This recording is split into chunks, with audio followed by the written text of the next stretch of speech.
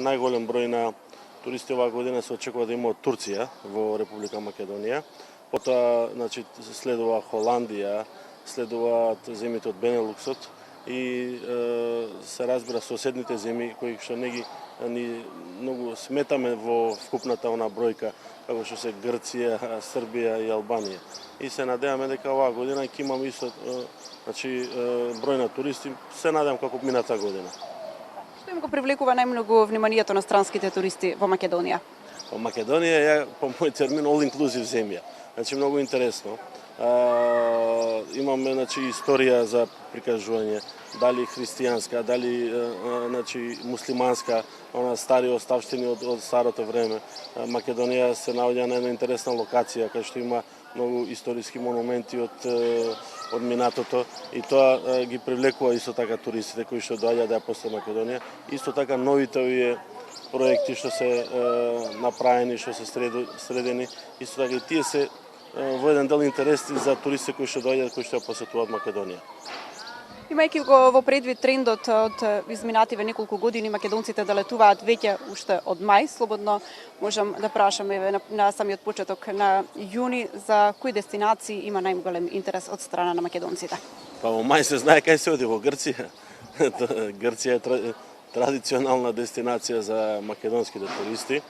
Најголем број на македонски туристи секоја година одат во Грција на своја рака, дали со агенции, дали на некој друг начин. Огромен е бројот на гости од Македонија кои што ја посетуваат Грција. Потоа подалечните дестинации? Подалечни дестинации, се не знам како да го рачунам подалечни дестинации, дали го рачунаме Дубај. Дубај е исто така 4 сати лет од Скопје и тоа е многу посетена дестинација исто така од Македонија. Посетена дестинација од Македонија во соседните земји исто така, Албанија исто така посетена, Турција. Покрај сите случања што се случуваат за жал во Турција, не изненадува тоа што има интерес за одење во Анталија конкретно и до сега сите авиони што полетаа отидоа полни. За овој период што е многу ретко, во мај месец беа полни авионите, што никогаш не се случило. Сепак таа потрага за квалитет кај туристите постои. Утро во нистата тема поразговаравме со дел од граѓаните на различна возраст за тоа каде ќе го поминат летниот одмор. Каде планирате да летувате ова лето? Во Грција. Не, поради работни обврски. Да, ќе одиме со мајка ми, со татко ми, со другарки. Не. Сигурно да. Тоа задолжително, без обзира каква е состојба, одиме. Каде? Одушко тоа сега веќе се зависи. Може Грција, може Бугарија, може дури и Хрватска. Традиционално секоја година летувате на истото место или? Па не на истото, на различно, дека ни е поблиску ради децава и така. Во Грција.